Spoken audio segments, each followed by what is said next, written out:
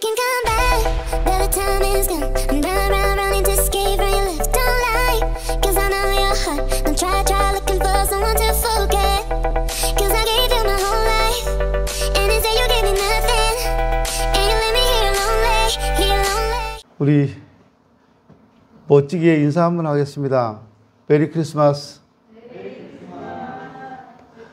12월이 되면 나올 수 있는 우리 그리스도인들의 인사인데 언제부턴가 메리 크리스마스가 없어졌어요. 성탄절 전날, 성탄절 아침 그렇게 하고 끝나는 것 같아요. 우리 많이 인사하십시다. 한 번 더요. 시작. 메리 크리스마스. 오늘은 누가복음 3장 1절로 6절 말씀에 근거해서 성탄을 준비합시다 라는 제목으로 말씀을 드리려고 합니다. 성탄절, 여기 지금 트리가 예쁘게 장식되어 있어요. 우리 청년들이 어제 수고했는데요. 불이 켜지면 예쁘고 이거 철수하고 나면 좀 허전하고 그래요. 앞으로 한 달은 이게 있을 것 같은데 우리보다 먼저 백화점이나 상점들이 상당히 요란하게 성탄절 장식을 하고 그래요. 그런데 교회에서는 백화점이나 거리 상점들보다 좀 많이 더 늦은 감이 있고 뒤처지는 감이 있다라는 생각이 들어요. 믿지 않은 사람들은 예수님 이용해서 성탄절, 탄생하신 날을 이용해서 돈벌이를 하는데 예수 믿는 우리들은 그날 돈 쓰고 있어요. 좀 재밌죠? 예수님을 위해서 쓰는 것이 아니라 내가 즐겨요. 그날 예수님의 오셨으니까 즐거운 날인 거 맞아요. 틀린 거 아니에요. 그런데 우리가 먼저 이 성탄을 믿지 않은 사람들보다 먼저 생각해야 되지 않겠어요? 성탄절은 우리가 즐겨야 하는 날이에요. 주인공은 예수님이시고요. 근데 지금은 성탄절의 주인공들이 다 이상한 물건들이 되고 또 사람들이 되고 그런 것 같아요. 성경을 보면 예수님께서 탄생하실 때 기쁨으로 예수님을 탄생을 축하했던 사람들이 있는 반면에 탄생하신 예수님에 대해서 아주 무관심했던 분들도 있고요.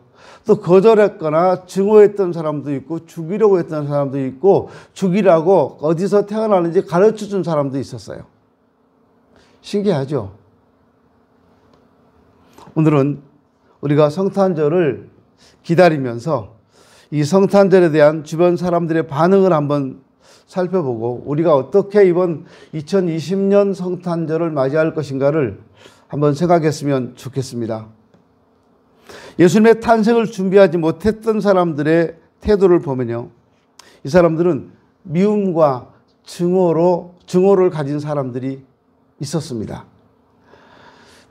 대표적인 인물이 헤롯이라는 사람인데 이 사람은 의심이 많고 잔인한 사람이었어요. 그래서 여우라는 별명이 붙어 있습니다.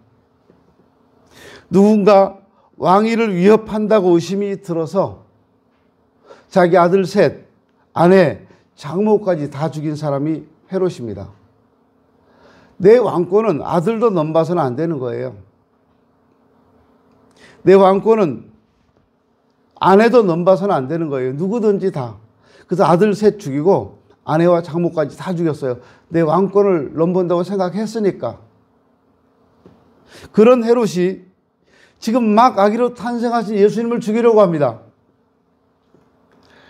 그래서 성경에 능통한 학자들을 불러다가 예수님이 어디서 탄생하신가를 물었는데 묻는 이유가 뭡니까? 내가 찾아가서 죽이겠다는 거잖아요. 왜요? 지금 태어날 저 아기가 내 왕권을 위협하니까. 어느 날 동방에서부터 왔던 박사들이 유대인을 왕으로 나시니가 어디 계십니까? 물었어요. 내가 이스라엘 왕인데 누가 감히 내 자리를 넘보는 것이요? 헤롯은 그래서 이거 말도 안 되는 사건이라고 생각을 했습니다. 내가 왕인데 무슨 왕이 또 태어나? 그럼 저 악인 죽여버려야지. 그래야지 내 왕권이 영원하지. 이런 생각을 했던 거예요.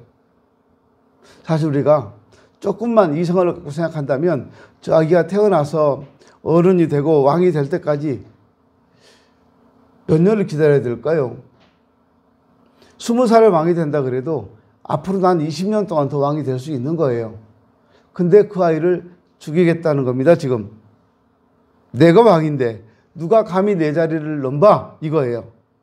그래서 자신의 왕권에 도전하는 자는 애나 어른이나 가리지 않고 죄다 죽이겠다는 것입니다. 이것이 권력에 취한 자들의 추한 모습입니다. 헤롯은 2살 이하의 모든 어린이를 죽이라고 명령합니다. 나이가 문제되는 것이 아니라 왕권에 도전하는 것이 문제였다는 겁니다. 근데 여러분 생각해 보세요. 왜 왕은 헤롯 혼자 해야 되는 걸까요? 다른 사람이 왕하면 안 되나요? 자기 유대인도 아니면서 어떻게 유대인은 왕이 돼가지고 자기 혼자 다 해먹겠다는 거예요, 그걸. 권력의 맛을 본 인간들이 가지는 추한 모습이 바로 이런 모습입니다. 오늘날도 권력의 맛을 본 정말 추한 인간들이 우리나라에도 정말 많아요. 왜 나만 해야 돼, 그거? 왜 남들은 하면 안 되는 거예요?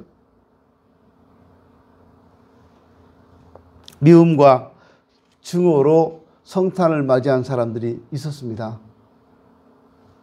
왜냐하면 이 사람들은 성탄을 맞이할 준비가 안 돼서 그랬어요. 또 어떤 사람들이 있었냐면 아주 무관심한 사람들이 있었습니다. 예수 그리스도가 탄생하든 말든 나와 아무 상관이 없다라고 생각했던 사람들이 있어요. 근데 사실은 상관이 있는 사람들이에요. 근데 본인들은 상관이 없다고 생각했어요. 여러분, 예수님이 나와 상관이 있을까요, 없을까요? 내가 살아가는데 예수님은 아무 상관이 없나요? 내 삶에 예수님은 아무런 상관이 없는 걸까요? 예수님이 직장생활 대신해 주는 것도 아니고 예수님이 월급 대신 받아주는 것도 아니고 상관이 없을까요?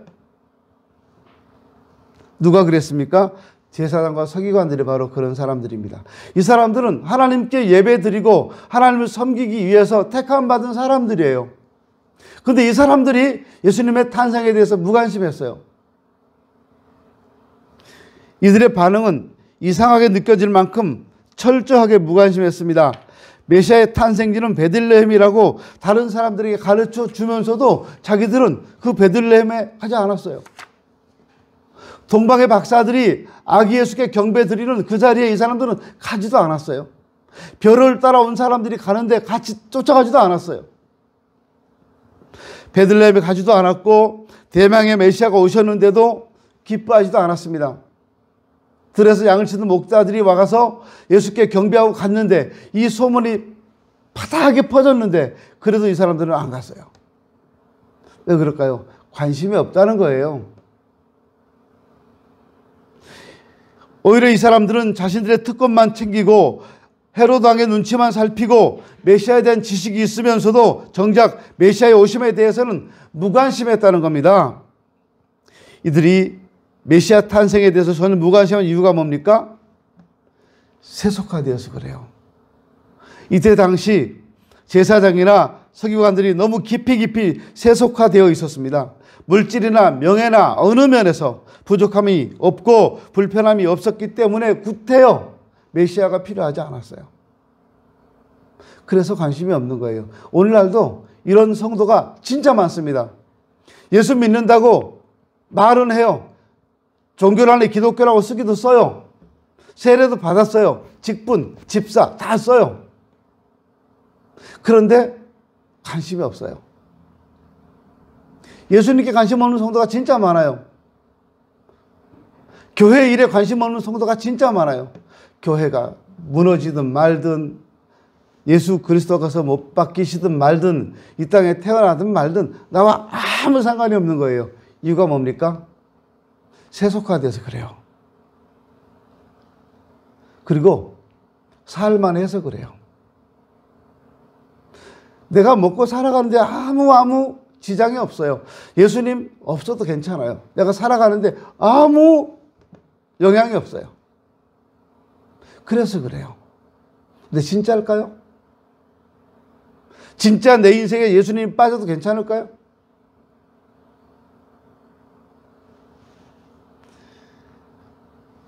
메시아가 필요 없는 사람들, 메시아께서 계시지 않아도 살아가는데 불편이 없는 사람들, 이 사람들의 관심은 오직 이 세상뿐입니다. 이 말은 미래가 없다는 거예요. 바로 이런 사람들, 지금 잘 먹고 잘 사는 것으로 만족하는 사람들, 짐승 같은 사람들이에요. 미래를 생각하지 않는 건 짐승들이나 하는 거예요. 또 누가 관심이 없었냐 하면 여관집 주인이에요. 이 사람은 돈 버는 일에만 관심이 있었어요. 예수께서 자기 집, 그 여관집에서 탄생하셨는데도 관심이 없었어요.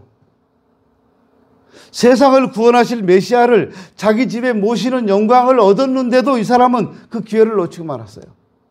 아이고, 왕께서 탄생하시네. 동방의 박사들이 다녀가니까 자기도 얼른 내려와서 맨발로 뛰어 내려와서 인사만 하면 돼요. 절만 하면 되는 거예요. 근데 안 했어요. 그러든지 말든지. 여관 주인은 돈 버는 일에만 급급했습니다. 그래서 예수님을 모실 수 있는 좋은 기회를 놓치고 말았던 겁니다. 그렇습니다. 지금 이 사람은요, 자기가 무엇을 놓쳤는지, 어떤 기회가 자기한테 찾아왔었는지조차도 모릅니다. 그냥 지금 자신의 일에만 집중할 뿐이에요. 그냥 아무 유익도 없이 바쁘게만 살아갈 뿐입니다. 오늘날 현대인들의 모습이 그래요. 정말 많은 그리스도인들이 그래요. 내가 지금 무엇을 놓쳤는지 몰라요. 어떤 기회가 찾아왔었는지 몰라요. 그래서 이제 내년이면 우리도 또 새로운 일꾼을 임명해야 되겠죠. 근데 여러분, 교회가 여러분에게 드린 직분을 가볍게 여기지 마세요. 집사, 맨날 목사님께서 연말에 이름 불러 세워가지고 쭉 일어서면 기도 한번 해주고 많은 거, 그거 혹 그렇게 생각하세요? 아니에요. 교회가 여러분에게 드린 직분은 하나님이 여러분에게 맡기신 직분입니다. 그거 잘 감당하셔야 합니다. 우습게 여기지 마세요. 남전도 회장, 여전도 회장, 청년회장, 각 기관장, 구역장, 권찰, 우습게 여기지 마세요. 그거요. 그 직분 잘 감당하는 만큼 하나님이 여러분에게 복을 주실 거예요. 저는 그거 믿어요. 확실히 믿어요. 또 여러분이 여러분 자녀를 위해서, 가정을 위해서 하나님께 기도하는 만큼 자녀들 잘 될 거예요. 제가 수도 없이 말씀을 드렸었는데, 전 자녀들 결혼시킬 때 목사님 딸이 아니면, 장로님 딸이 아니면 안 시키겠다고 말을 했었어요. 근데 큰아들은 제가 3년을 반대했는데도 끝까지 했으니까 이제 어쩔 수 없어요. 근데 지금은 손자, 손녀 낳아주니까 이제 이뻐요. 그게 다예요. 거기에 다른 어떤 것도 더하지도 덜하지도 않아요. 그게 다예요. 그래서 제가 이제 둘째만큼은, 왜 인상 쓰냐? 둘째는 내가 무슨 일이 있어도 목사님 따님 며느리를 삼겠다, 그 생각이 있어요. 근데 다 알아보고 다니는데요, 전국에다가 제가 아들을 내놨어요. 세일. 이 아이를, 아들을 팝니다. 근데 목사님 따님들이 이제 여기저기서 나오긴 나오는데, 제가 볼 때 성격가 마음에 안 들어 할 것 같아요. 저는 예뻐서 소개해 주는데 사진 보여주면 안 이쁘대요. 아빠 내 스타일 아니야. 아빠 다음부터 소개하지 마요. 그래. 그럼 네가 나가서 찾아오든가. 그래도 제 마음속에는요, 그렇게 하고 싶어요. 왜 그럴까요? 목사님이 훌륭하고 장로님이 훌륭해서 그렇다는 거 아니에요, 여러분. 적어도 목사, 장로, 권사가 되면요, 그렇지 않은 분도 있겠지만 쉬지 않고 매일매일 자녀를 위해 기도하는 분들이라는 거예요. 목사가 됐고 장로가 됐고 권사가 됐으면 자녀를 위해 기도하는 분들이에요. 그러니까 내 아들이 기도 속에서 자란 처녀를 아내로 맞이하면 좋겠다는 거예요. 모르겠습니다. 제 말이 참인지 아닌지. 근데 제 말은 참이니까. 전 지금도 결혼한 아들이지만 매일 새벽 쉬지 않고 기도합니다. 이미 결혼한 아들인데 이제는 아들 한 명만 기도했는데 이제는 아들, 며느리, 손자, 손녀까지 4명을 기도해요. 새벽에요. 새벽마다 해요. 근데 이 아이들, 손자, 손녀 외가에서 매일 저처럼 기도할까요? 뭐 할 수도 있겠죠. 안 한다는 건 아니에요. 그런데 잘 모르겠어요. 목사님들은 의무적으로라도 새벽 예배 하니까 그 시간에 와서 기도해요. 토요일 새벽 예배 안 드리는 날에도 저 혼자 내려와서 기도해요. 그러니까 기도 속에 자란 자녀들이 잘 될 거라는 거예요. 큰아들은 목사니까 뭐 잘 되고 못 되고 어디 있어요. 목사니까 그냥 앞으로 목회하면 되겠고, 전 우리 작은아들 선교, 여러분도 아시겠지만 뭐 특별히 잘생긴 것도 없고 뛰어난 부분이 하나도 없어요. 근데 하나님께서 저 아이를 어떻게 쓰시는지 한번 여러분 보십시오. 제가 이거 자신 있게 여러분 앞에 간증할 날이 올 겁니다. 기도했다는 거예요. 아이를 위해서. 지금까지 태어나 뱃속에 있을 때부터 기도해 왔어요. 쉬지 않고 기도해 왔어요. 저 아이는 모르겠지만 제 곁에 계실 때 여러분들은 아실 거예요. 저 아이 혼자 공부하겠다고 고등학교 때 필리핀 갔을 때요, 저 진짜 많이 울었어요. 아들 보고 싶어서 수시로 갔어요. 필리핀에요. 한 달에 한 번, 2달에 한 번 멀다 하고 계속 갔어요. 저 아이 얼굴 한번 보려고. 가서 기껏 한다는 게 얼굴 한번 보고 오는 거예요. 그게 다예요. 그래서 선교는 얼굴 한번 보는데 100만 원, 150만 원씩 들었었어요. 비싼 얼굴이에요. 제가 저렇게 생겼어도. 참 비싼 얼굴이에요. 저 아이는. 요즘은 돈 안 내고 그냥 봅니다. 근데 저 아이는 제가 자기를 보러 그렇게 필리핀 자주 온 거에 대해서 모를 거예요. 아빠가 나 보려고 왔구나. 그 모를 거예요. 아빠 볼 일 있어서 오셨겠지 뭐 이렇게요. 그냥 못 가니까 일을 만들어서 간 거예요. 그렇게 사랑했던 자녀들이라는 거예요. 여러분이 자녀들이 잘 되길 바란다면, 그렇게 사랑한다면 기도하세요. 자녀를 위해서. 무관심하게 자녀들이 신앙생활 하든지 말든지 관심 없이 그러지 말고요. 관심 갖고 기도하자는 거예요. 선교를 하나님이 얼마나 축복하시는지 꼭 제가 간증하고 싶어요. 그래서 저 아이를 통해서 일하시는 하나님, 기도 속에 자란 아이를 하나님이 얼마나 복 주시는가를 많은 분들이 보고, 아, 우리 목사님 강단에서 그렇게 얘기하시더니 드디어 하나님께서 이렇게 하셨구나. 그 못생겼는데 별로 뭐 좋은 대학을 나온 것도 아니고 실력이 있는 것도 아니고 뭐 아유 그랬는데 하나님이 쓰시는구나. 만약에 하나님께서 선교를 들어 쓰신다면 그건 아들의 능력이 아니에요. 부모님의 기도의 결과예요. 전 그렇게 봐요.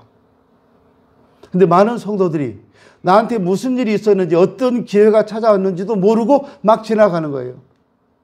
내 자녀에게 어떤 축복의 기회가 왔는지도 모르고 지나가요. 그러니까 감사절이 됐는데도 아이를 교회 데리고 나오지 않아요. 너 집에 있어. 꼼짝 말고 있어. 엄마 교회 갔다 올 테니까. 이렇게 해요. 물론 데리고 나오고 싶어. 엄청 데리고 나오고 싶은데 안 나오고 말 무진장 안 듣는 애들도 있죠. 그걸 어떻게 하겠어요, 그걸.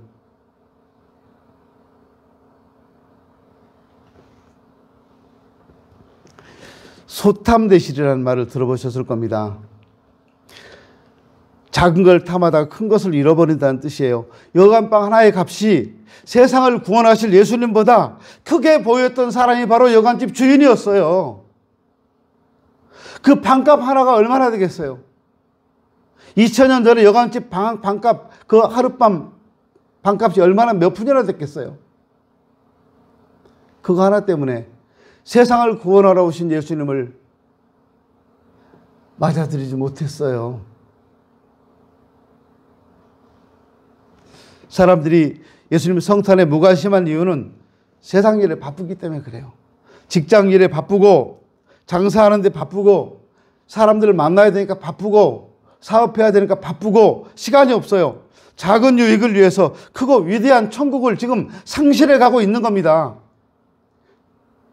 그 작은 이익을 위해서 엄청난 걸 놓치고 있는 거예요. 마치 부모들이 아이가 자라는 모습을 보지 않고 그 아이들은 어린이집 맡기고 그 아이들은 유치원에 맡기고 엄마들 돈 벌러 나가는 거 똑같은 거예요. 그 돈 벌어다가 그 돈 가지고 아이 유치원비 내고 그러잖아요. 그 아이들이 자라는 그 예쁜 모습을 못 보잖아요. 아이들이 엄마랑 같이 놀면서 꼼지락거리는 그 모습을 못 보잖아요. 제가 할아버지가 되고 나서 느끼는 것 중에 하나가요. 제일 먼저 손자, 손녀를 보면 제가 손부터 봐요. 여러분이 관심 있게 보시면 그럴 거예요. 교회에서도 꼬마들 보면 제가 손부터 잡아요. 손부터 봐요. 이렇게. 그 조그만 손이요. 손가락 5개 다 있고 손톱 다 있어요. 신기해요. 매주일 보는데도. 그 만지는 거예요. 이뻐서. 이야, 이쁘게 생겼다. 뭘 이쁘게 생겨요. 자세히 보세요. 얼마나 더러운데 애들 손이요. 별거 다 묻었어요. 근데 그냥 이뻐서 막 만지고 그래요. 지난번에는 이거 말하면 안 되는데 지네 아빠가 있어서 말하면 안 되는데 해야 되겠네요. 손녀딸이 그 초코가 묻은 빵을 먹었는데요. 먹고 나니까 여기가 이렇게 까맣게 수염처럼 묻었어요. 초코가요. 그래서 지가 보더니 묻었어 그래요. 그래서 제가요. 닦아줄게. 그리고 다 빨아먹어버렸어요. 제가요. 그랬더니 얘가 막 이렇게 막 닦아요. 자기 옷으로. 닦지 마. 그랬더니 자기도 뭔가 지금 할아버지가 여기 빨아먹어가지고 자기도 뭔가 좀 안 좋은 거예요. 막 닦아요. 저는 참 달콤했어요. 초콜릿 맛이. 저는 아주 그 초콜릿이 그렇게 달콤할 수가 없었어요. 애기는 근데 싫은 거예요. 근데 제가 다 빨아먹고 나니까 깨끗해졌잖아요. 근데 애 아빠는 거기 있었거든요. 근데 딴짓 하라고 못 봤어요, 그걸. 그리고 보니까 딸이 깨끗해져서 좋았을 거예요, 아마. 닦아준 줄 알았을 거예요. 제가 다 닦아줬어요, 깨끗하게. 아이들이 자라는 모습을 보는 것보다 더 큰 행복은 없는 것 같아요. 아이들 말 한마디, 제잘 그리는 목소리, 다 좋아요. 근데 지금 현대인들은 그걸 놓쳐요. 많이 놓치고 있어요.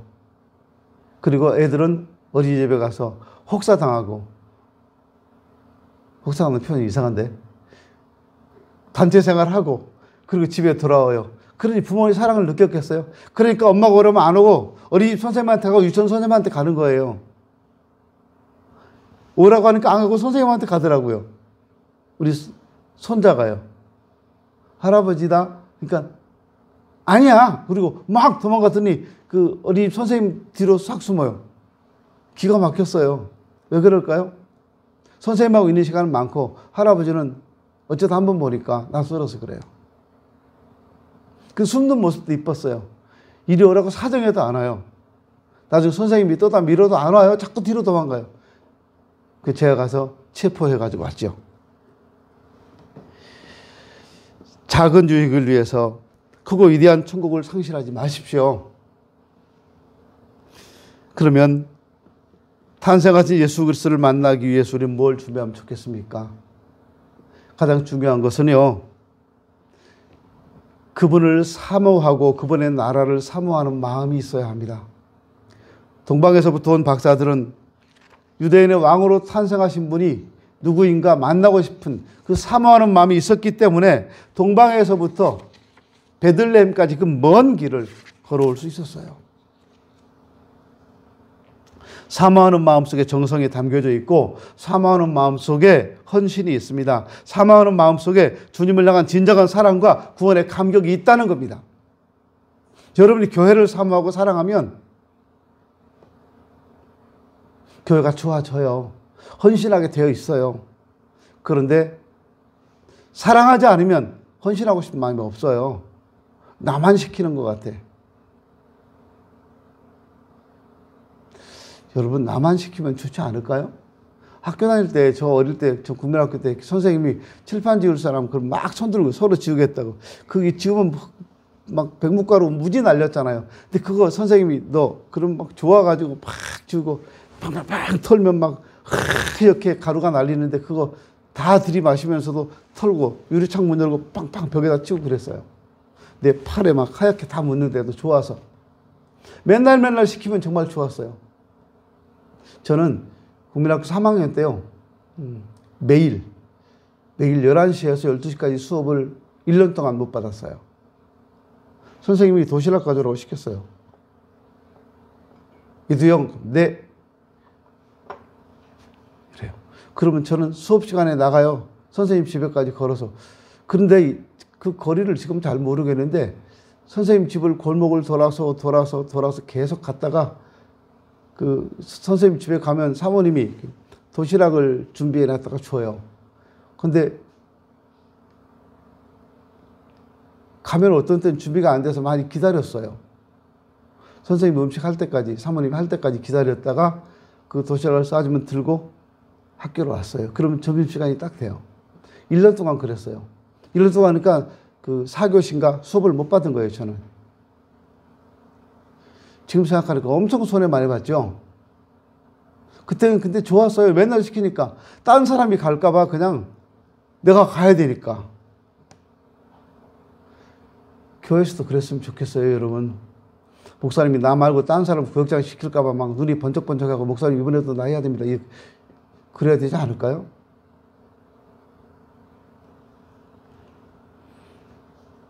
주님을 맞이하기 위해서는 준비가 있어요. 준비가. 사모하는 마음입니다. 사모하는 영혼에게 만족하는 은혜를 주시겠다고 성경은 말씀하고 있습니다.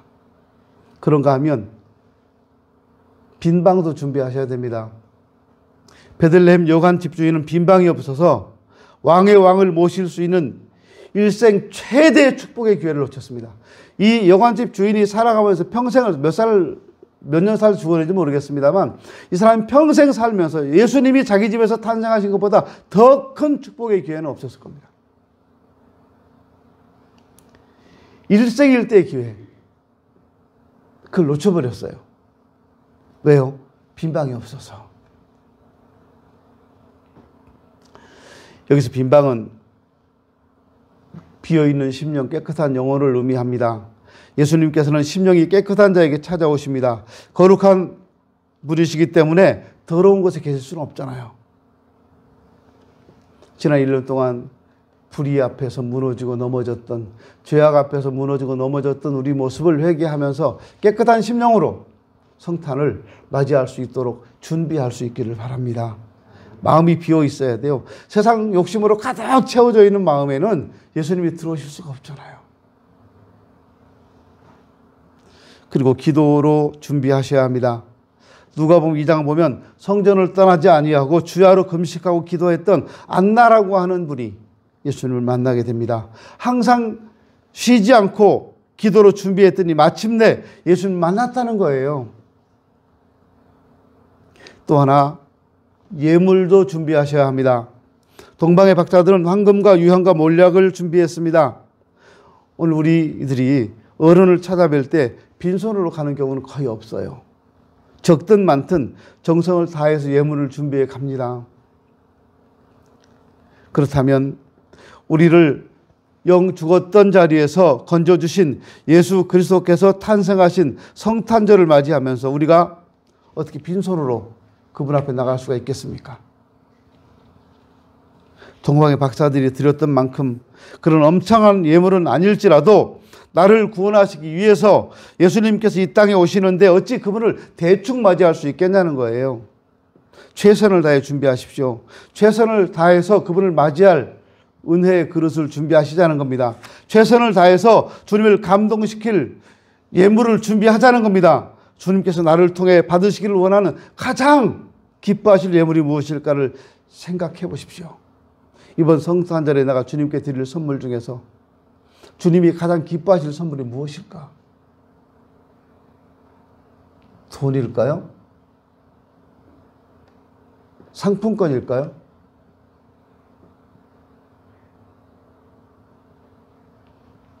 전도의 열매일 겁니다. 가장 기뻐하시는 선물은 전도의 열매일 겁니다.